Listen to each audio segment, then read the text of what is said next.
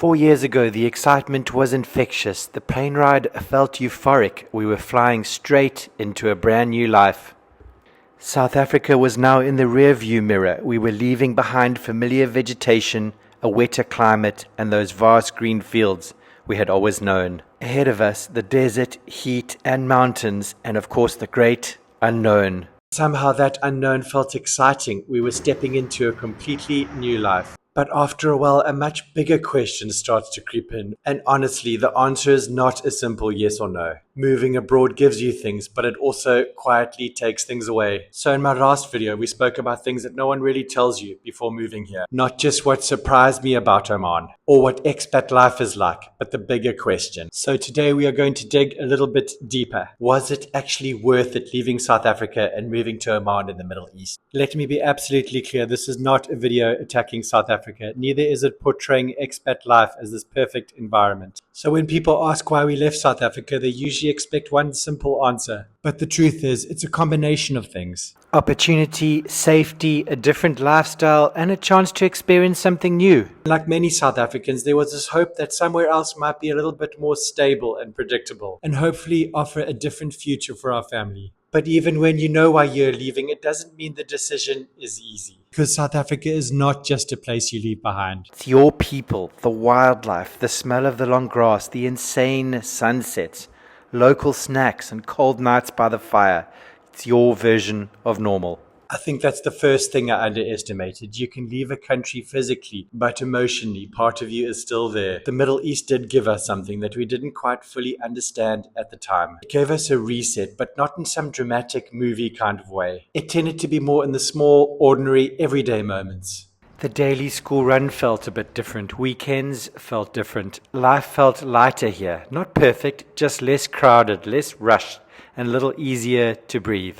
And maybe that's one of the quieter gifts of moving abroad, the space it gives you to feel life differently. It's not just about the salary or the weather or the new country for that matter. It's about the noise that slowly starts to fade when life slows down. And without really noticing, you become a slightly different version of yourself. And for my son, this became normal. Different accents, different cultures, and most importantly, different ways of seeing the world. And as a parent, there's something powerful about watching your child grow up without thinking the world begins and ends in one place. And that was one of the gifts of leaving. It made the world feel a bit bigger. And slowly it changed the way we saw ourselves in it.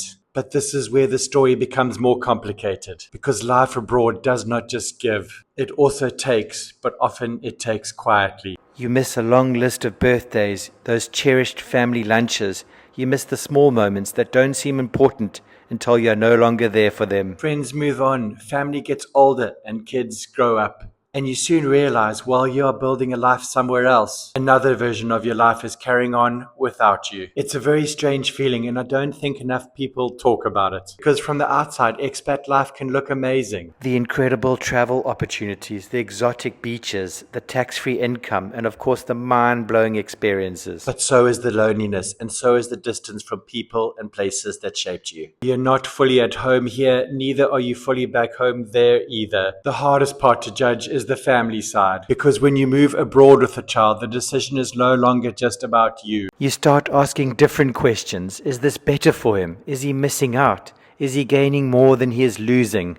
And a common question asked is he losing out by not having enough outdoor activities thanks to the climate? Our son has grown up with a very different view of the world. He has lived in the Middle East. He has met people from different countries. He has seen deserts, mountains, mosques, beaches, and fascinating cultures that I never had the opportunity of experiencing at this age. But at the same time, he's also far from his grandparents and cousins and the kind of family rhythm that many of us grew up with in South Africa. And that's the part that's difficult to measure, because there's no spreadsheet for that kind of stuff. You cannot calculate the value of safety against the cost of distance. You just make a decision and you hope you made the right call. But Oman changed what we valued, and I think this is where the answer becomes a little bit more complicated. Because when we left South Africa, I probably measured the move in more obvious ways. Was life safer? Was it calmer? Were there better opportunities? Was day-to-day life generally easier? It stopped being just about what we had gained and more about what we were becoming. Things that you once felt were super urgent start to feel less important. And things you may have taken for granted, like that precious family time, familiarity of the scenery,